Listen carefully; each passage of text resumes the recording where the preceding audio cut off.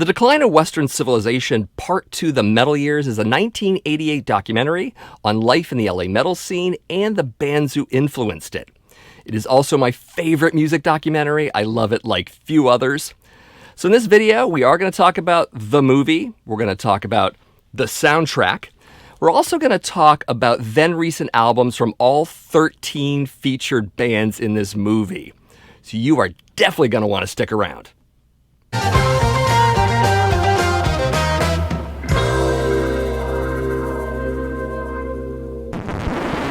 So before we get to the music, I do want to go through a brief explanation of the movie itself, because maybe a few of you haven't seen it, which is a crime because it's an amazing documentary, obviously. So let's go through the movie briefly. Released on June 3rd, 1988, The Decline of Western Civilization Part 2, The Metal Years, was directed by Penelope Spheeris, who before this had directed the first installment of this series, which focused on punk. Spheeris also directed the feature films Suburbia and Dudes, which were also heavily entrenched in 80s punk culture. Decline 2 is Spheeris' initial foray into the subject of heavy metal, comprised of interviews with major metal acts, as well as unsigned bands from the Los Angeles music scene. The movie is interspersed with live performances from many of the acts, including Lizzy Borden, Faster Pussycat, Seduce, London, Odin, and Megadeth. I also wanted to mention some bands that have a peripheral appearance in the movie, but they're not actually featured. All four members of Vixen are in this movie. This is before they made it. This is about a year before they got signed and put out their major label album. But they are in the movie. Also, members of Cryptic Slaughter and Tough are in this movie, but again, they're not featured. So I'm not going to be covering albums from those three bands. All right, so with that, let's check out the bands of Decline 2. So first up is Motörhead, or rather just Lemmy Kilmister. He's interviewed in the movie. No other band performances or band appearances, just Lemmy. In fact, Lemmy is really all you need. He's interviewed at the Viewpoint on Mulholland Drive overlooking Hollywood. Interesting, Lemmy complained a little bit about his appearance in the movie and specifically how he was shot.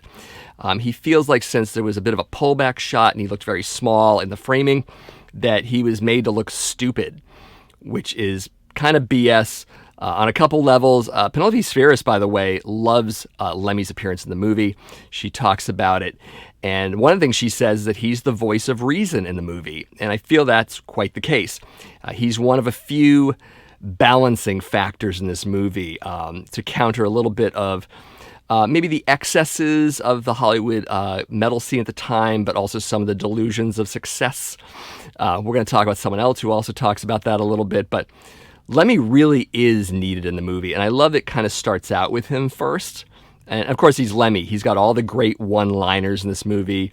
When asked what he thinks of the pretty boys, he says something to the effect of, "Oh, good luck to them if they're pretty. Wish I was." So, great lines from Lemmy. Also, this isn't the only movie that Lemmy is in. In 1987, he's also in a British black comedy called Eat the Rich, directed by Peter Richardson. Lemmy's pretty much the star of that movie. The movie was a bit of a flop, but if you're a Motörhead fan, you should probably watch it. I'm going to talk a little bit more about that movie as I get to the album we're going to discuss. But yeah, so there's Motörhead. Of course, the recent album for them at the time is Rock and Roll. This is their 9th studio album, came out in 1987. On the original GWR Records label. A bit of a return to form for the band, more or less. They have Filthy Animal Taylor back on drums. That might have helped things out a little bit. Of course, favorites on this one. I love the title track a lot. Also, Eat the Rich, my very favorite song on this album. I think it's a lot of people's favorite song. Also, The Wolf, great song. And Boogeyman, the album closer, is pretty kick-ass. Just to mention some more stuff about Eat the Rich, I love the lyrics to it, first of all. There's a line where he says, "You want to see my bacon torpedo?" All right. Also, the song Eat the Rich, the title of the song, and also the movie that Lemmy was in are not a coincidence. They wrote the song for the movie and then put it on the album. There are 6 Motörhead songs in the movie total. So again, if you're a Motörhead fan, you should probably be watching that movie. At least for the Motörhead appearances, the movie is okay at best. Also on this album is Michael Palin. You might know him from Monty Python fame. He actually owned the recording studio that this album was recorded at, so a bit of a convenience factor there. He does a talk part on the album, It's a bit of a Monty Python-esque parody of sorts that mentions the band Motörhead. It's kind of fun. The guys in the band were big fans of Monty Python. Monty Python was a big deal in the 70s and the 80s in Britain, so it is kind of cool that he's on there. I dig it quite a bit. So the album didn't really do well on the charts. It peaked at 150 on the Billboard 200. It spent 6 weeks on the charts. In the UK, it was one of the worst performing Motörhead albums up to that point. So maybe it's more of a fan favorite than a critic's favorite. It's kind of hard to say. I like the album more now than I did then, but yeah. Sadly, Cradle to the Grave is not on here. You might know that song opens Decline 2, the movie. It is on the soundtrack if you want to hear it, but the song originally ended up on the B-side of the Eat the Rich single. So back then, that's where you got it. And then later, of course, on the soundtrack to Decline 2. Later, it was a bonus track on CD issues of this album. But yeah, Cradle to the Grave, great song. It should have been on this album. It's pretty decent. So overall, I don't feel like this album is as bad as people claim it to be. It is a little inconsistent at times, but overall a decent record. It definitely does sound like they're trying to get away from a little bit of what they did on Orgasmatron, some of that more heavier metal stuff, and get back to that more classic rock and roll sound that Motörhead is known for. Overall, though, it's a decent record. Next up is Lizzy Borden, who, unlike Motörhead, are actually from Los Angeles. Lizzy Borden himself is the one who is interviewed, not so much the rest of the band, but you do get to see some backstage banter from the Lizzy Borden guys in general, not so much an interview. The band pretty much is Lizzy Borden's himself. I mean, he's named after it, whatever, but he's always the spokesman for this band. It's always been his band, so it makes sense to talk to him. They do perform a live song. They do a cover of Steppenwolf's Born to be Wild, which is also on the soundtrack. Also, interestingly enough, when this movie was first being developed, it was kind of understood that Lizzy Borden, the band, would be the main feature in it. And I think Lizzy, the man, went into the project with that in mind. What happened is that Penelope started finding other bands and signing other bands on, and I think the project took on a very different tone and direction because of that. So there was probably a lot of footage of Lizzy Borden that hit the cutting room floor. Lizzy probably wasn't happy about that, but it's interesting. I've done documentary work before, and you start out with an idea and a direction, but the footage sometimes, the people in it and the discussion can take you in another direction and take another tone entirely. And I feel like maybe Decline 2 did that. Started as one idea, but really became something else as it went. Again, I'm not in Penelope's head, but in my experience of documentary making and video making, I feel like that's probably on point. So I keep that in mind as well when I'm watching this. But it's kind of interesting. I mean, it could have been the Lizzy Borden movie. I don't know if I would have been as excited about it because there's so many other bands in here that are pretty amazing and really make this movie incredible. And as for the Lizzy Borden album of the time, this is it. This is Visual Lies. Came out in 1987. It is their third studio album released on Enigma Records. Mine is a Canadian pressing, but it's still Enigma. Anyways, Visualize. Get it? Visualize? Sure.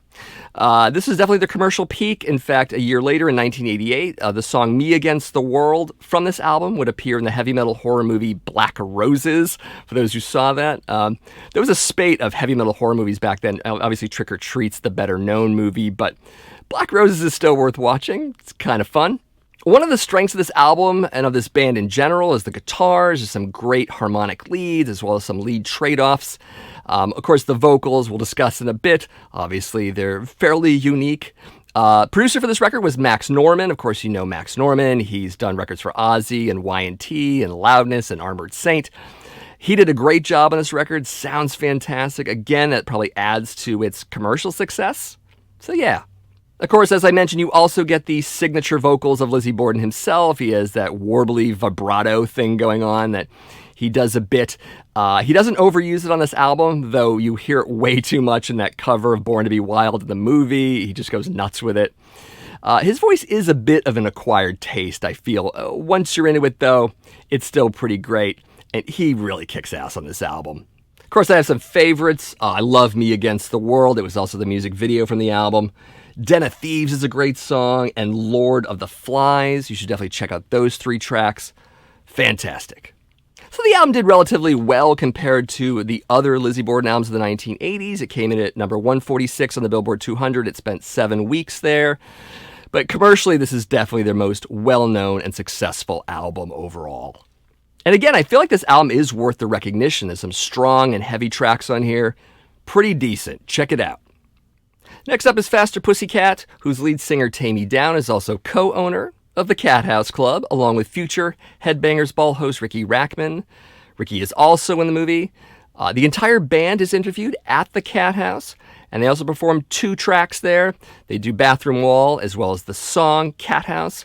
In fact, the live version of the Bathroom Wall is also on the soundtrack. Excellent choice. That live version is incredible. There are times where I love it more than the studio version, so I'm definitely glad it's on the soundtrack. As for their studio album at the time, here it is. This is their self-titled debut album from 1987 on the original Elektra Records label.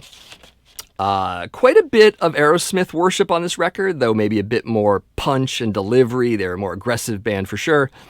Also some New York Dolls influence might be in here, and I do suspect some Hanoi Rocks as well. I think if you like those bands but you want something a little more aggressive, you might like Faster Pussycat quite a bit. What's interesting about this band before this album was recorded is that their previous bass player, such being Kelly Nichols, got in a motorcycle accident, so he couldn't be on the album and all of that. So Faster Pussycat kind of moved on without him. I mean, they got signed to a major label, they put this album out, they got success. So what happened was a year later is that Kelly Nichols was in LA Guns, and LA Guns had their own success. So he missed the train here, but caught the other one with LA Guns. I think that's kind of fascinating. And he's a great bass player anyways, so pretty cool. As for favorites on this album, I definitely dig Bathroom Wall. I think a lot of people do. I love Cat House, and I love Smash Alley. I think my favorite kind of vacillates between Cat House and Smash Alley. I think they're equally great songs. Smash Alley is a little bit of a deep cut, but man, it's just such a killer song. There are also music videos, one for Don't Change That Song, and there was another one for Bathroom Wall. So if you're definitely interested in this band, you should check out those 2 videos. Pretty fun. So this album did about half as well as the follow-up album for them. It peaked at 97 on the Billboard 200 chart. It did spend something like 35 weeks on the chart, so not too bad. One thing I dig about the sound of Faster Pussycat is they kind of fall under that dirty glam sound. It's not so AOR and polished like a lot of other bands at the time.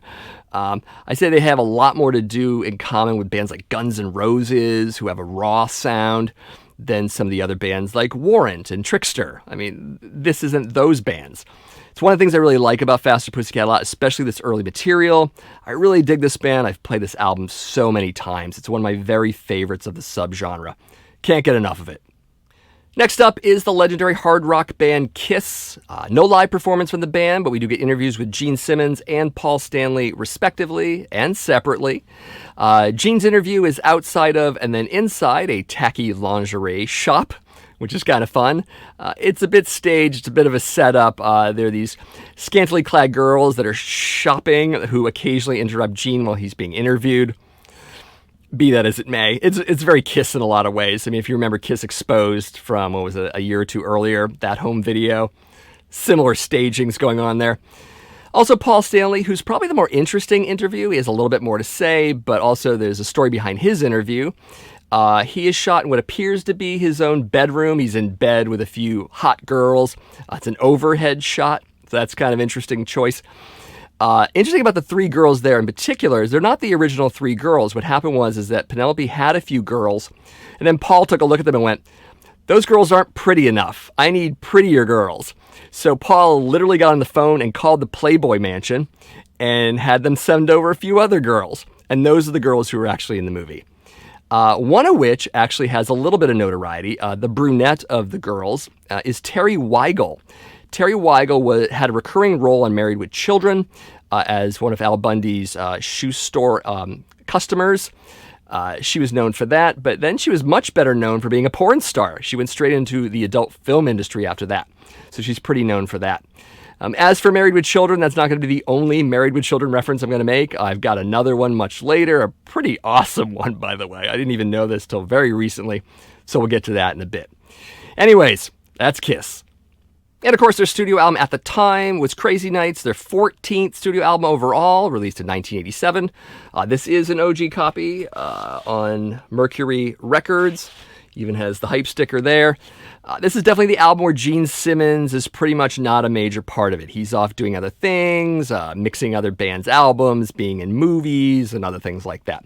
So Paul's pretty much holding down the fort. He's writing quite a bit of the music himself. Sometimes I do joke that this is a Paul Staley solo album. Though admittedly, there are also some outside writers going on, and even Eric and Bruce are writing material on this record.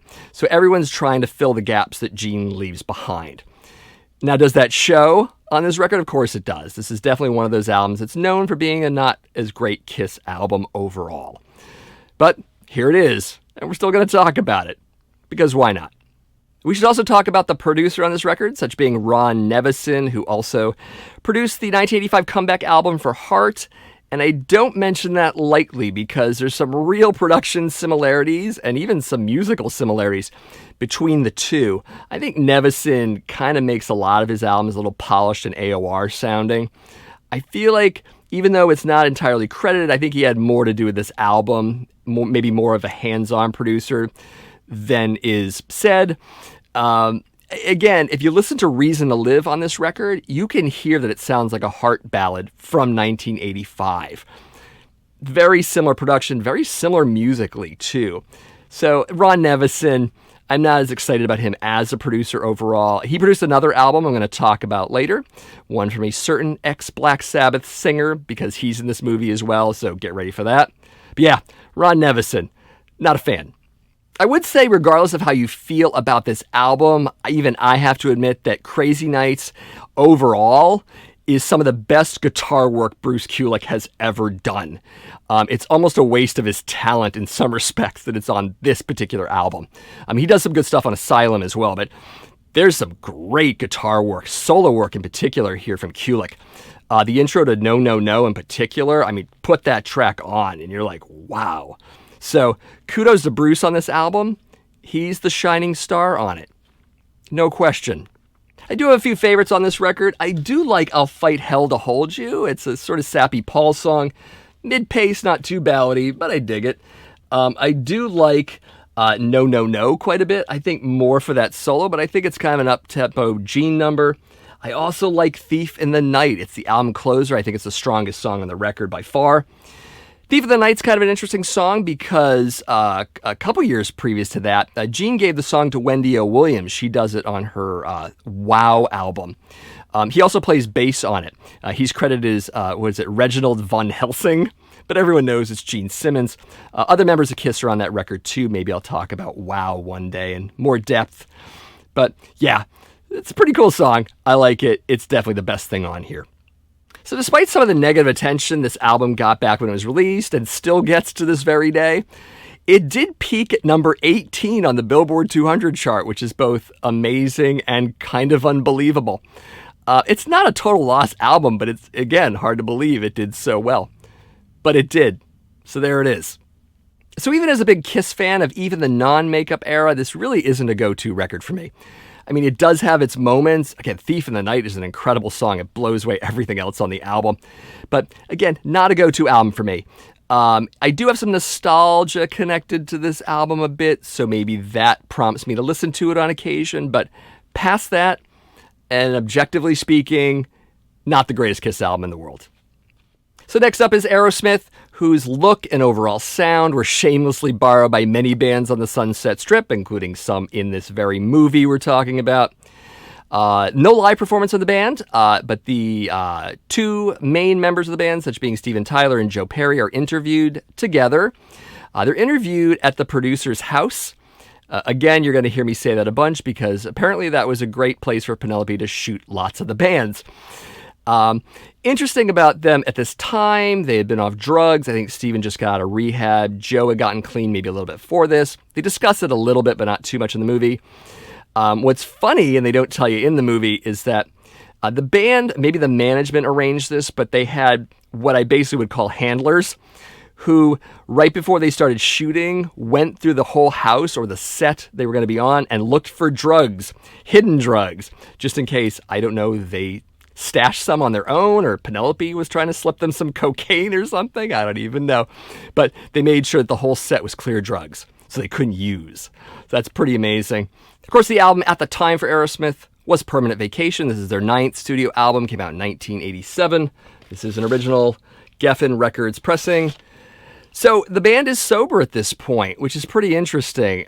This is also what I consider the de facto comeback album. I know Done with Mirrors came out before this, but Done with Mirrors compared to Permanent Vacation, I don't know. Depends on what kind of Aerosmith fan you are, but it's clear that this is a lot better songwriting, a lot more ambitious. It did a lot better commercially, so there's that. Speaking of which, this is the first time that Aerosmith really brings in the outside writers quite a bit, not the least of which Desmond Child, who you'll hear about again later on, because Desmond Child certainly was responsible for a lot of the music of this time period, especially the late 1980s. He wrote for a lot of people. Also, Bob Rock is the engineer, which means that this might sound to you either better or over-polished. You can kind of take your pick, but he's in the mix too, so to speak. One of the gripes about this album I do have is the overuse of horns. I mean, trombones, trumpets, clarinets, all of that. And what's funny about that is that kind of started a trend with some of the hair metal bands later on. I'm looking at you, Rat. But there are definitely other bands too, and it's a strange trend. I never understood it, and I don't really like it on this album. But they're here.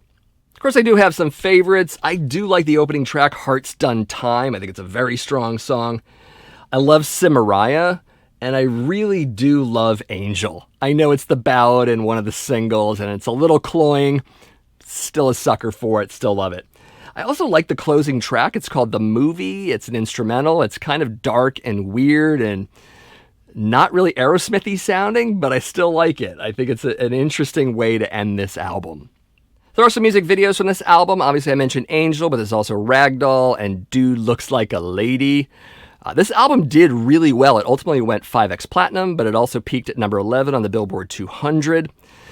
For perspective, their previous album, Done with Mirrors, barely made it to gold. So this is clearly the more de facto comeback album for Aerosmith. I mean, it just is. There's no denying that.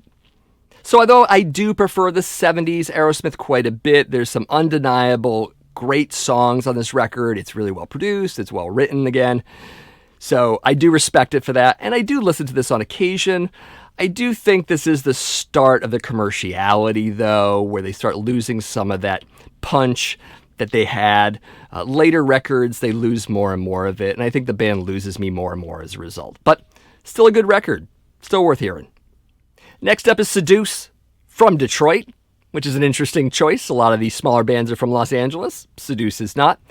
Seduce was actually a replacement band for another band that didn't appear in this movie, such being Guns N' Roses.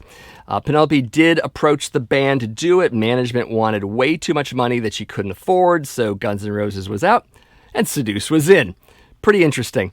The entire band is in this movie. They're interviewed separately, driving in their cars, which is kind of fun, but also the guitar player and the bass player interviewed indoors separately, probably on the soundstage where they perform 2 live songs. They do Colleen and Crash Landing. So that's Seduce. And of course, the album to discuss is their second studio album, released in 1988. This is Too Much Ain't Enough, released on the original IRS Records label. Just like Nuclear Assault. That's pretty strange. Interesting. I got to talk about IRS a little bit. I feel like Seduce would have made a much better addition to the Metal Blades roster of bands. They kind of have a little bit of that sound or a little bit of that style about them. I think they would have fit much better on that label. I don't know why they're on IRS. I'm sure there's a big story behind it, but I just don't know it. Anyways, favorites on this one. The opening track, Any Time or Place. Great song. Love it. Of course, Crash Landing is my very favorite song. I think it's everyone's favorite song on this album. And of course, Accusations. Deep cut, but I really like it quite a bit. Not so crazy about the slider. It's the end track. It's a T-Rex cover song. I think it's unnecessary. I think it breaks the flow of the record. So, not really into it. Doesn't need to be there. Interestingly enough, they toured this album with Vinnie Vincent Invasion. It's kind of an interesting, if not slightly outlandish bill. As for the mix on this album, it's not particularly great. I think the guitars override the vocals quite a bit. The band wasn't happy with this mix either. They've complained about it in interviews, but it's still listenable. Would have been better if it was better produced, but I still dig the songs quite a bit. I think a lot of people do who've heard this record. So it's kind of obvious that Seduce got a lot of recognition from being in the movie Decline 2. They were also pretty big in Detroit. I mean, Detroit is a rock town. I mean, we got Ted Nugent, we got Alice Cooper, we got MC5. It's known for that. But I think it would have been a little more interesting had they moved to Los Angeles. I think that would have made a lot more sense. But they wanted to be a Detroit band. I mean, you can respect that on some level.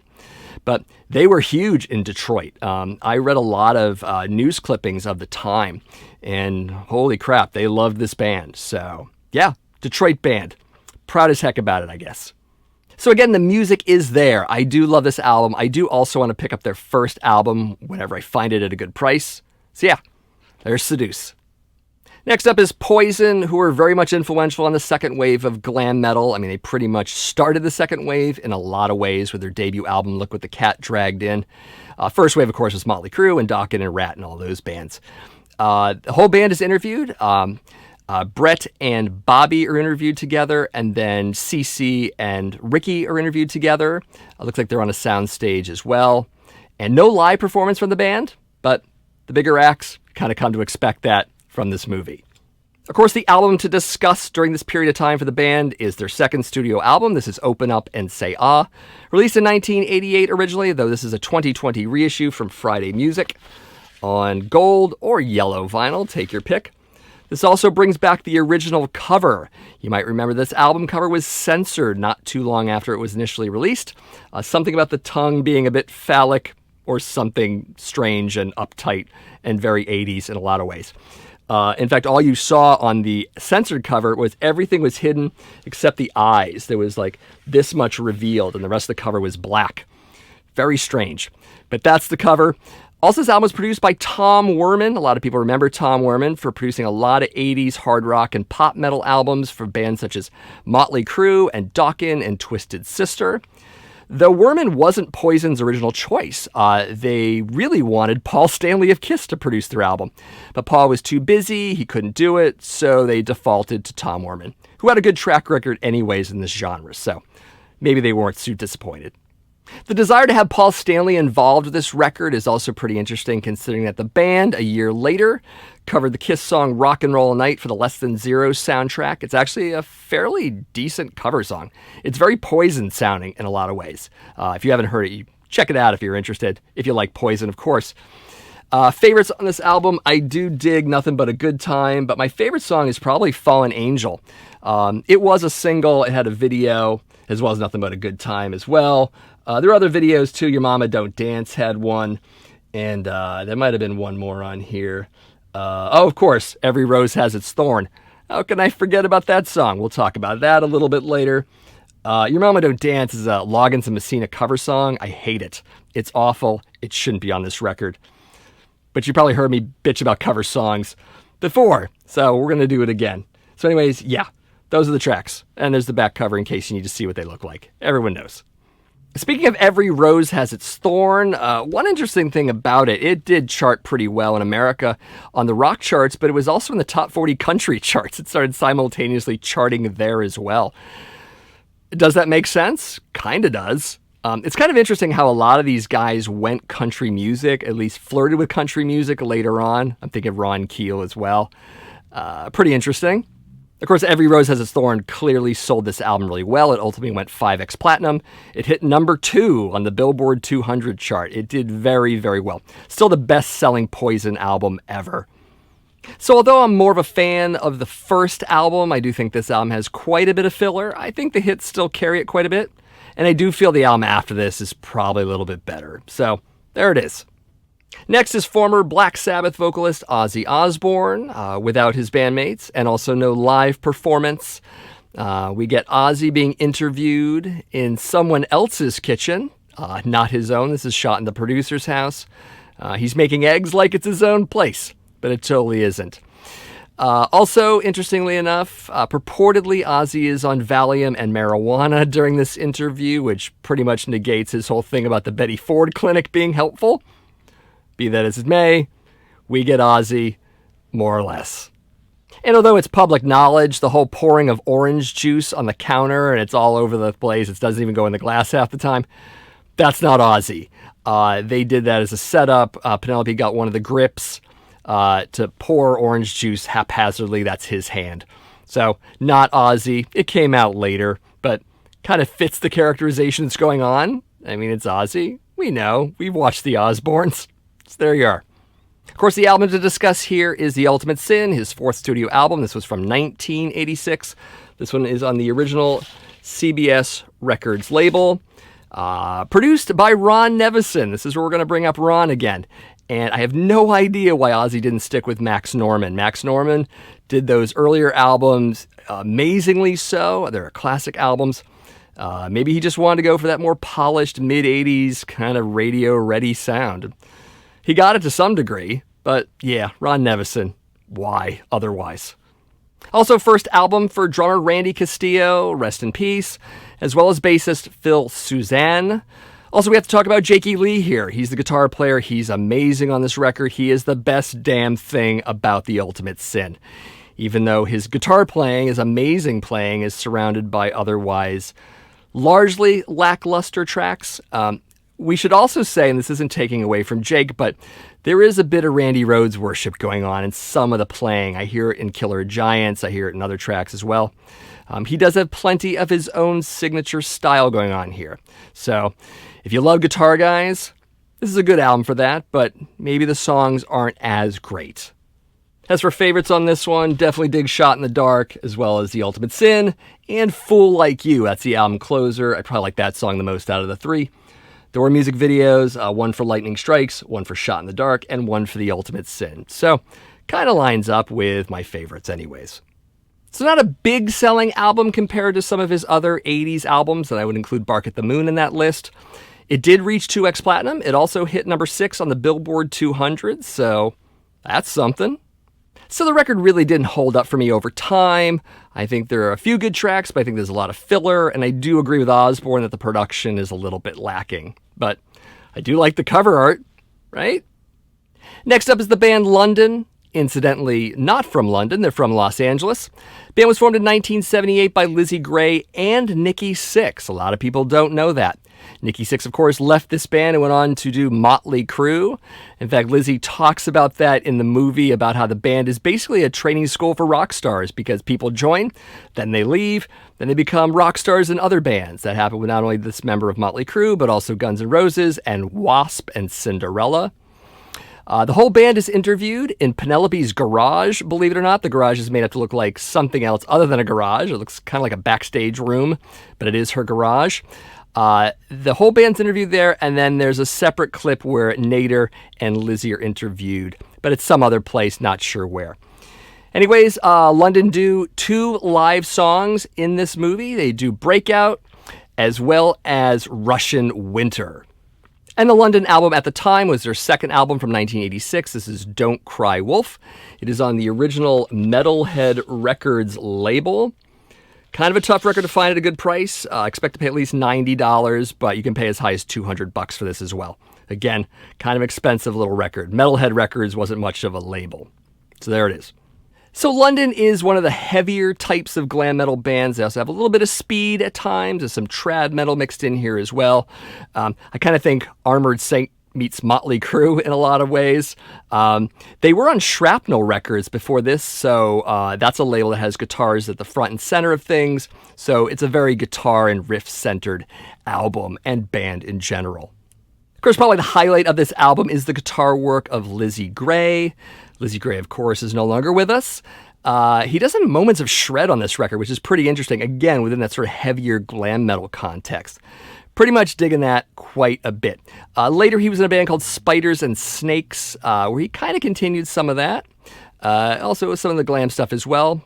But yeah, Lizzy Gray, great guitar player. So favorites on this album include Drop the Bomb, great song. Hit and Run Lover is probably my very favorite song. And Fast as Light. There is a cover of Oh Darlin' from the Beatles. It's very unnecessary, doesn't need to be here, but again, cover tunes. More miss than hit for me. So overall, a fun and high-energy record with some good guitar in the mix.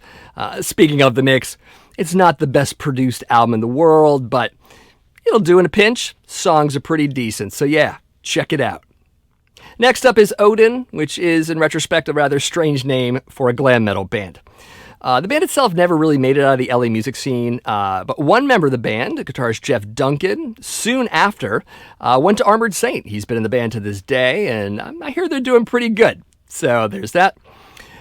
Their interview was shot in Penelope's backyard, as well as in her hot tub.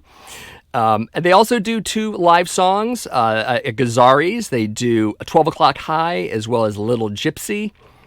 Of course, the main feature of Randy O of Odin are those assless chaps. They get talked about quite a bit. Story goes that his roommate, Chris Holmes of W.A.S.P, incidentally, lent him the assless chaps and said that he had to wear them in the movie and he couldn't wear underwear with them.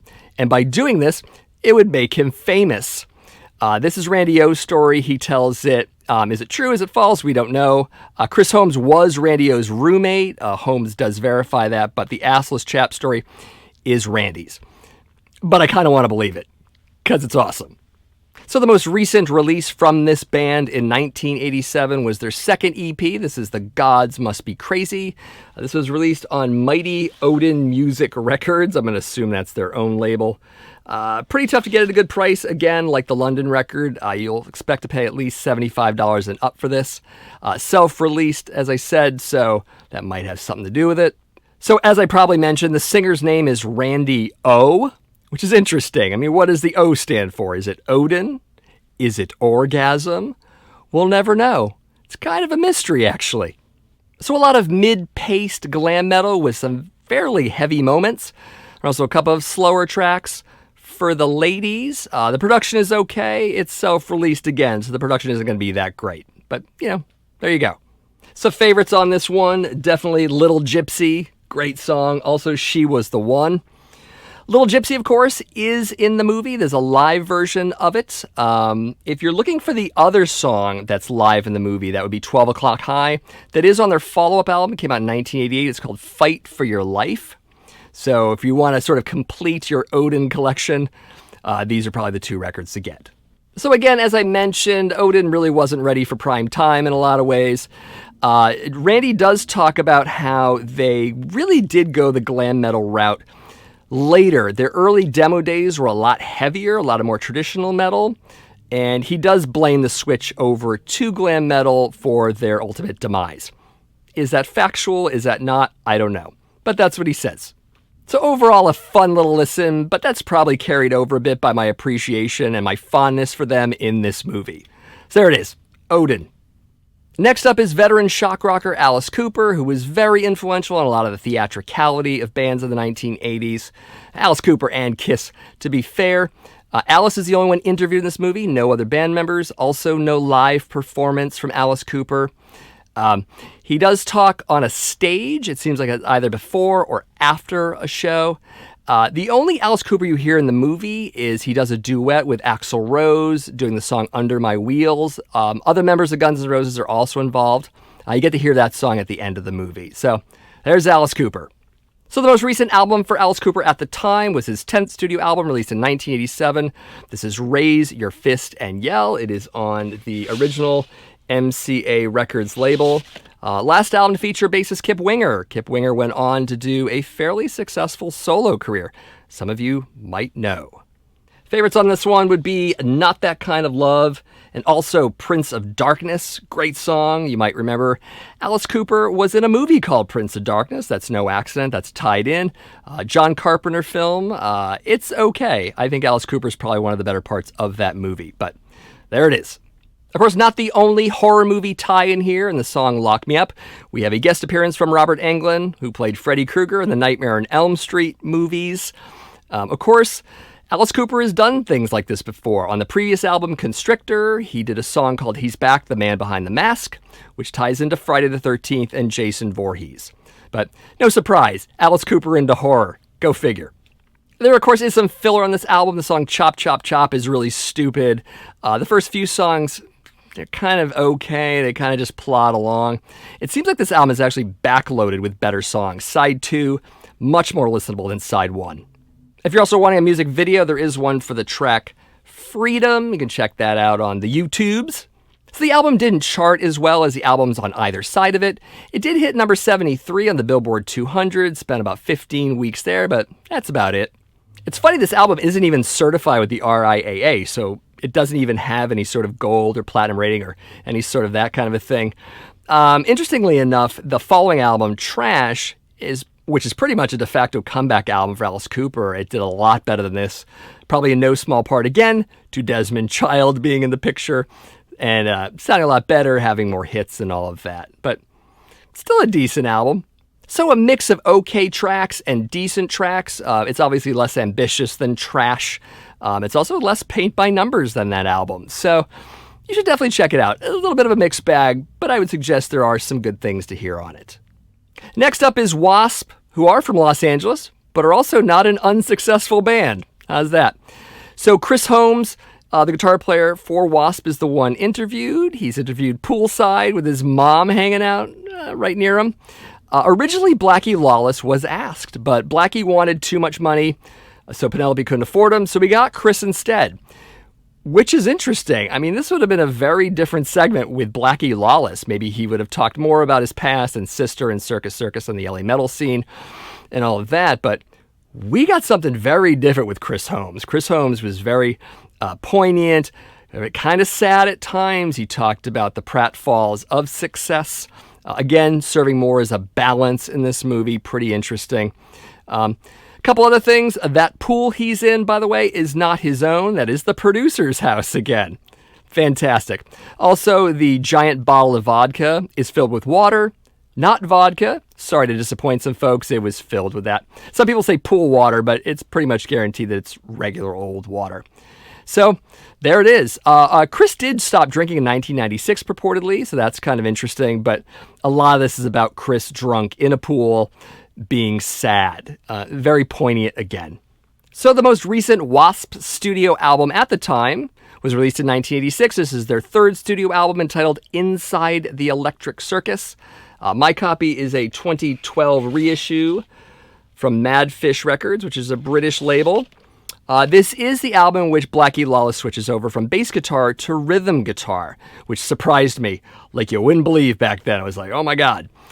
He replaced himself with Johnny Rod. Johnny Rod was the bass player for King Cobra before that. Did an amazing job in that band. Some of those early King Cobra albums are really good, really good. So, and of course, Johnny Rod's an amazing bass player. Everyone knows that. So overall, some more hard rock songs going on here than on previous records. So there are a couple bangers on here as well. Stronger songwriting, which I think begins with The Last Command, but continues with this and future albums. I think that's a growth pattern for W.A.S.P as they go. So my favorites on this one, I love the title track, Inside the Electric Circus. Great song. Restless Gypsy is fantastic. I like I'm Alive quite a bit. And the ending track, The Rock Rolls On, also a killer track. We have two cover songs on here. We have I Don't Need No Doctor, which was originally written by Ray Charles, but popularized by Humble Pie. It's okay. The other cover tune on here is Easy Living. It was done by Uriah Heep originally. It's thoroughly unnecessary. And you don't need two cover songs on a studio album. You just don't. What's probably pretty strange is that one of those two cover songs, such being I Don't Need No Doctor, is the music video from this album. I don't understand that. I would have picked Restless Gypsy. I think that would have made a marvelous, marvelous single and music video and all of that. So this album didn't do as well as the previous record. It did chart at number 60 on the Billboard 200 chart. Did spend about 19 weeks there, but that's about it. So Blackie actually considered this album a bit of a failure. Some fans might feel that way too. I know a lot of fans who love this album. And I got to admit, when I first bought it, I thought it was a little bit lackluster, but over time, I came to really love this album, despite the two cover songs. There's some really strong material on here, and I would definitely recommend this record now. Next up is Megadeth, a band a lot of people forget were also from Los Angeles. Just like Slayer and Dark Angel and a lot of other bands. In fact, you gotta kind of appreciate what it must have been like to be a thrash band or a speed metal band or any sort of early extreme metal band in the City of Angels while glam metal reigns. That must be pretty interesting. Anyway, so Megadeth, yeah, they're here. All 4 members are interviewed, including newest members at the time, Jeff and Chuck. They only were on this one album. This is obviously during the So Far, So Good, So What period for the band. Pretty interesting. Dave has a lot of fun stuff to say. That is Dave Mustaine regarding the excess and some of the other trappings of the sort of LA metal scene. In fact, he's in here for balance, and that's highly intentional. Penelope Spheris wanted a band who was kind of heavy duty, who would cut through a lot of the fluff. It was also intentional to put Megadeth last. The way I would put it was maybe they are the exclamation point, the big statement at the very end of the movie. It gives it sort of a grand crescendo kind of thing. I think Megadeth was the perfect way to end this movie. So I agree with her. And incidentally, Megadeth do perform one song live in this movie. It is In My Darkest Hour. They do it in the studio first and then live at the movie's end. So, of course, the Megadeth album of the time was their 3rd studio album released in 1988. This is So Far, So Good, So What? Unfortunately, this is not an original copy. This is a 2009 reissue, also through Capitol Records. It is based off the 2004 remix of the album. I would highly suggest you don't buy this copy. If you see the parental advisory sticker at the bottom, you know this is the redo. Seek out an OG copy because the remix does not sound like the original whatsoever. Dave screwed with the first so many albums. There are copies of other early Megadeth albums out there as well that do this. I hate it. Just stay clear of this copy. This is only for informational purposes, me showing this cover. So there you go. So to talk about some of the songs on here, first off we have Into the Lungs of Hell, which is an instrumental going into Set the World Afire. Set the World Afire was the first song Dave Mustaine ever wrote. After leaving Metallica, of course. The song was originally called Megadeth. They changed the name of it, obviously, when they took that name to be the band name. But pretty cool. We do have a cover of Anarchy in the UK. That's a Sex Pistols song. I hate this cover like you wouldn't believe. In fact, I've never really had any luck with Megadeth and cover tunes for the most part. Pretty much. And I really hate this version a lot. Johnny Rotten of the Sex Pistols actually teased Dave in the press about it because Dave got some of the lyrics wrong. So pretty funny. Also, we have In My Darkest Hour, great song, and some other stuff here as well. I do want to talk about one other song on here. I did see the tour for this album, along with Sanctuary and Warlock. It was an amazing show. At least the other 2 bands were really good, but Megadeth was pretty sloppy and not so great. This is the time where both Daves were doing a bit of the drugs, and it showed with Mustaine in particular. I remember Dave was playing the intro to a song, and it was this muddy guitar playing. I couldn't make it out at all. I look over at my buddy Eric going, what song is he playing? I know every Megadeth song. How can I not figure it out? And then the drums and the bass and everyone else kicks in, and you finally realize it's Liar, which is off this album as well. And we're like, holy crap, it's Liar. And we were so amazed. And I don't think you should be amazed at a concert about what song is what. So this is definitely sort of the drug period for Megadeth in general. And yeah, maybe it factors into this album a bit as well. In addition to the drug problems that were happening within the band at this time, there's also the production that needs to be mentioned. It took over 5 months to record. There was a switch in producers. Probably as a result, the mix is kind of flat. The songs are great, but overall mix is so-so. Of course, I don't want to forget my favorites on this one. Set the World Afire. Great song. Love that song. I love Mary Jane, too. I think a lot of people ignore that song. It's a deeper cut for a lot of folks, but I really like it a lot. And, of course, the closing track, Hook and Mouth. Great song. There is also a music video from this album. It's for In My Darkest Hour, directed by Penelope Spheris. Go figure, it's actually clips from Decline 2 put into a music video form. So, there it is. So this album did sell as well as the one before it. It did technically hit platinum status. It also, though, went to 28 on the Billboard 200 chart, which is actually beating out P-Cells. P-Cells was at 76, I believe. And I think that's made even more amazing by the fact that So Far So Good So What received zero commercial radio support whatsoever. This really is a fan album in a lot of ways. So critics were pretty decent to this record back then, but modern critics are a little more, let's say, critical of this record, notably for that cover song, but also the flat production. So admittedly, I probably like this album a bit more back then than I do now. I still think there are some good songs on here, but my love affair with it isn't as strong as it was back then. I'm still more of a Peace Sells guy, and probably Rust in Peace after this. But occasionally, I will be in the mood to listen to it. So here it is. Megadeth, So Far, So Good, So What? Of course, many times I watch this movie, I'm reminded of the LA bands that aren't in this movie, but probably should be. I think the most glaring omission, of course, is Motley Crue. Why are they not in this movie? I do know that Penelope Spheeris' daughter at the time was dating Nikki Sixx. I mean, they could have hooked that up. Incidentally, her daughter was 17 at the time. Nikki Sixx was not 17. I do know they only dated for 6 months, and then Nikki went on the road with the Crew, probably for the Girls tour, so maybe the timelines didn't match up well, or maybe Spheeris' daughter was just pissed and didn't want her ex-boyfriend in the movie. Take your pick. Other bands, of course, Rat and Dokken would have made a whole lot of sense. They're more first-wave glam metal out of LA. They could have talked about that a little bit. Likewise, Great White is one of those bands I would have liked to have seen in this movie. Perhaps one strange potential band that could have been in this movie could have been Striper. I know that sounds kind of crazy, considering they're a Christian metal band. They were in the LA metal scene. They are from Los Angeles. They have a bit of that LA sound to them. Musically, they make sense. What they might have been able to do is offer a little bit of balance. There is some balance in this movie. I talked about that before, but a Christian metal band would have been a whole lot of balance. Maybe in juxtaposition to the excess and all of that happened at that time. I don't know. Could have gotten preachy, too, and been annoying, but I kind of think that maybe that would have been kind of fun. I don't know. If you think that would have been fun, let me know in the comments, or if you think that's just a BS idea, you can let me know that in the comments as well. Of course, we need to talk about the soundtrack to this movie, and obviously that's Dave Mustaine on the cover there. A number of things about this soundtrack. First of all, no London, no Odin. Strange, glaring omissions.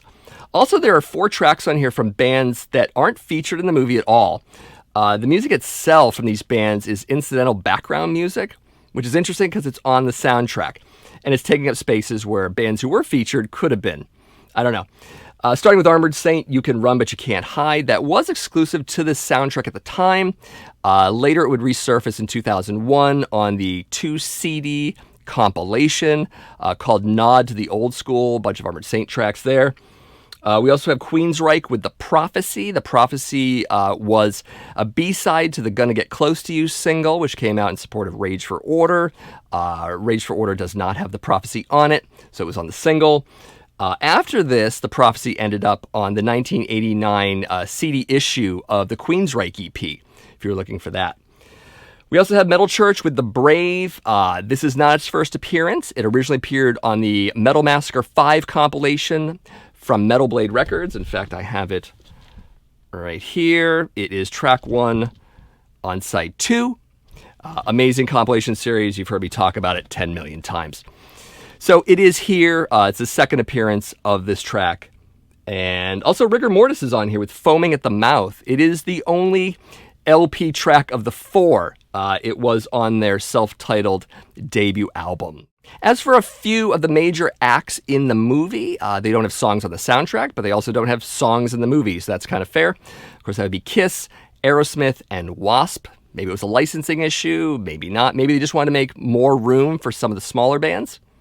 Don't really know. I'm an outsider. It's pure speculation. Anyways, one of the cool things I love about the soundtrack is that there are samples from the movie interspersed with the songs from Gene Simmons and Steven Tyler and Ricky Rocket.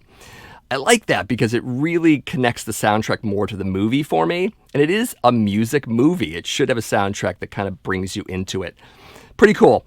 Also, I wanted to talk about a rather obscure character, obscure musician, rather, who is in the movie. His music is in the movie, rather, but he's not on the soundtrack. That would be Simon Steele. He's of the band Trick Toys. That's toys with a double Z on the end. Simon does composing, but it's really just heavy metal songs of his own. There are 4 tracks in total. They're in the movie, mostly during the Gazzarri Dance of the Year contest scenes. So if you're hearing music in the movie you don't immediately recognize, it's probably Simon Steele. Simon did work with Penelope Spheris before this. He did music for the movie Dudes. So he also did some documentary work, but that's pretty much it for Simon Steele of that era, involved with movies with punk and heavy metal. I don't know much more about him. I know he was in a band maybe previous to this. He played bass in a band called The Claw. And then much later on, I think he is still a sound engineer at Paramount Records in Hollywood. I know at one point in time he was or still is. But that's all I know about the mysterious Simon Steele. But, he's in there. And people ask about him, too. I've hung out with people watching this movie going, what's that other music? And I have to say, Simon Steele. So despite my complaints, and they are pretty minor, I do love this soundtrack a lot. I listen to it quite a bit.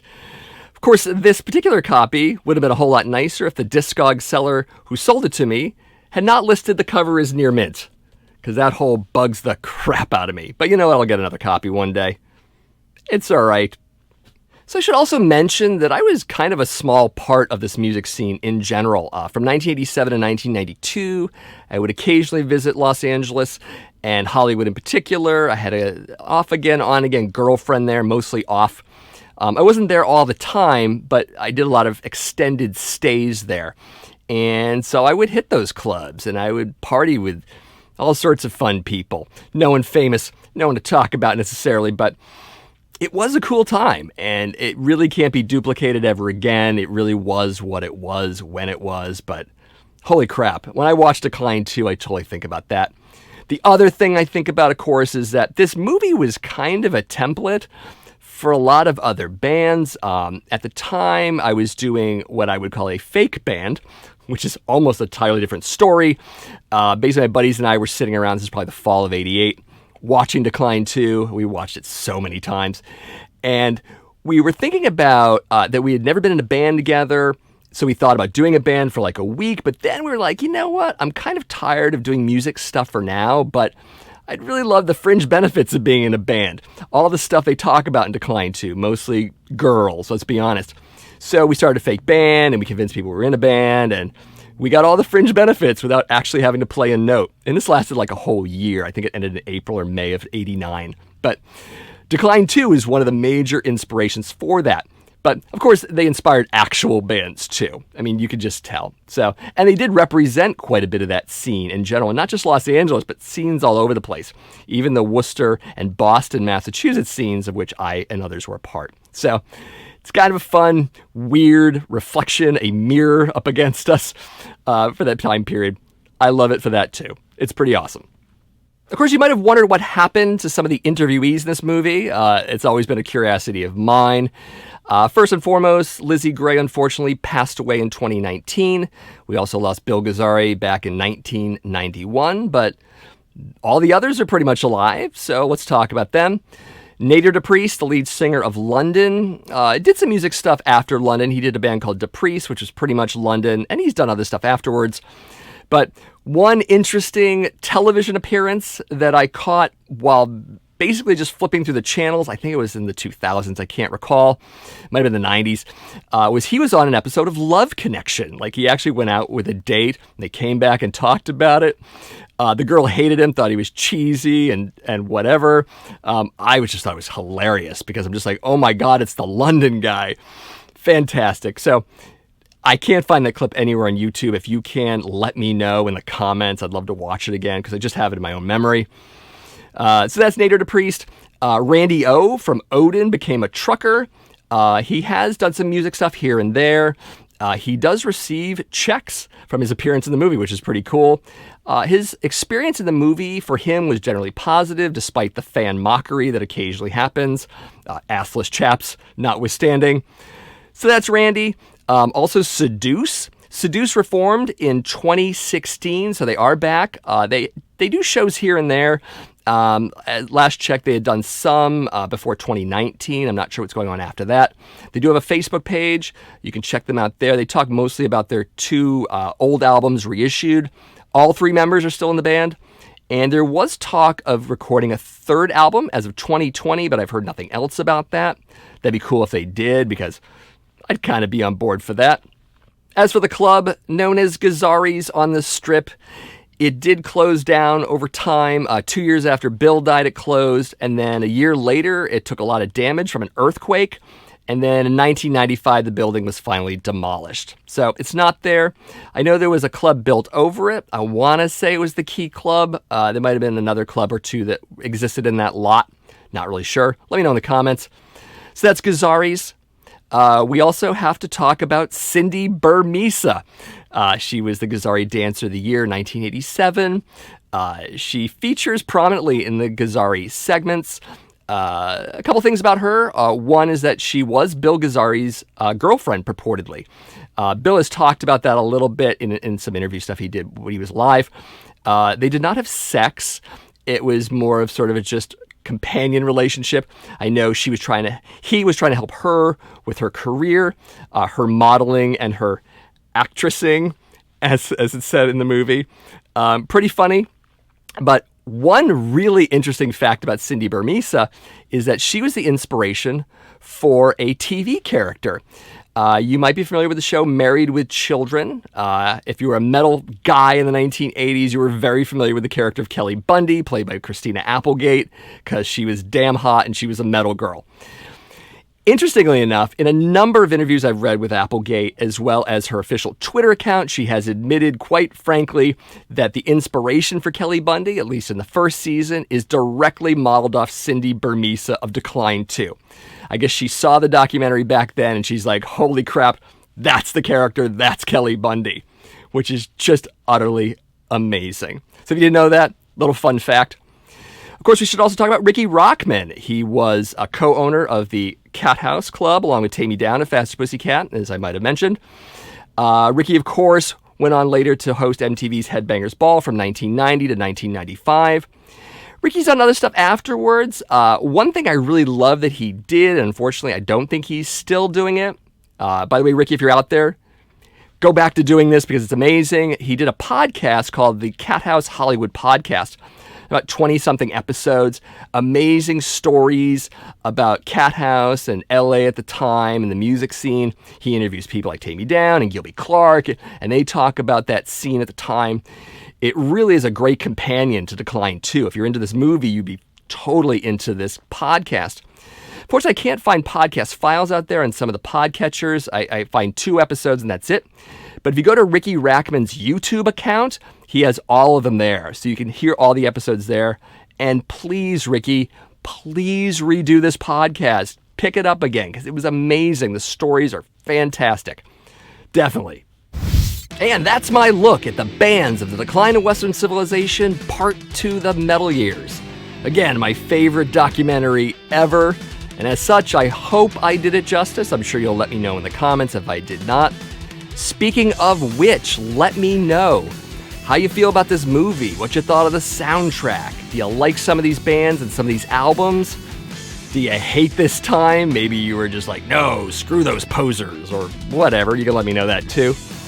Definitely let me know. Maybe you were in a band at the time and you kind of modeled yourself a little bit after some of these bands. Maybe you're like, hey, there's some good ideas there. Maybe I should go this route. I don't know. You can let me know that too. Anyways, if you are looking for the movie, here it is on DVD. It was finally put out on DVD in 2015. It is also available on streaming if you want to watch it that way. The DVD, my copy of it anyways, came from a 3 DVD box set of the 3 Decline movies, which I wanted because I love the first one quite a bit. The third one's a little strange. It's a little bit of a dark horse compared to the other 2, but still watchable. But yeah, here's the DVD. You should see this movie. Also, this disc is full of extras I don't think the streaming version would have. Extended scenes. The audio commentary is pretty amazing. Penelope Spheris and Nader DePriest do it. They talk about all sorts of stuff. Very fun, very entertaining. If you're really into this movie, you should probably splurge on the DVD because there's just so much extra content on it. Definitely the DVD. Check it out. And of course, you should also buy some of these great albums from some of these artists. I mean, they're the real soundtrack to Decline 2. So definitely check those albums out. Totally worth it. Of course, if this is your first time here and you're wondering what else I do at my channel, My name is Matt. This is the Accusation Network, where each and every week I do videos on metal vinyl collecting. I also cover classic and modern metal bands in general. If that sounds of interest, definitely subscribe to this channel. Like this video. Maybe check out some of my other videos. Like them too. Why not? And you could also share them with some friends. So thanks for watching. Hope to see you in the next video. And always remember, rock and roll forever! That's a cut.